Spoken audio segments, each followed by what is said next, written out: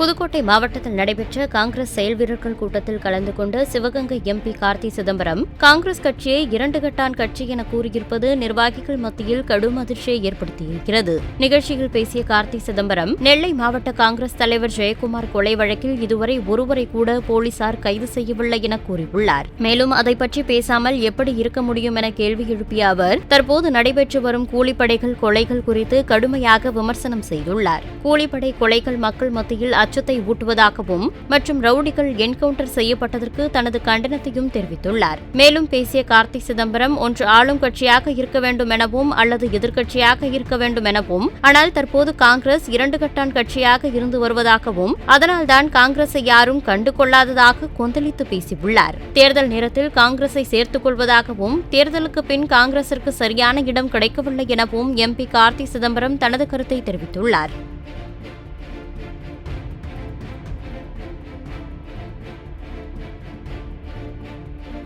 செய்திகளை உள்ளது உள்ளபடி தெரிந்து கொள்ள ரெஃப்ளெக்ட் நியூஸை சப்ஸ்கிரைப் பண்ணுங்க.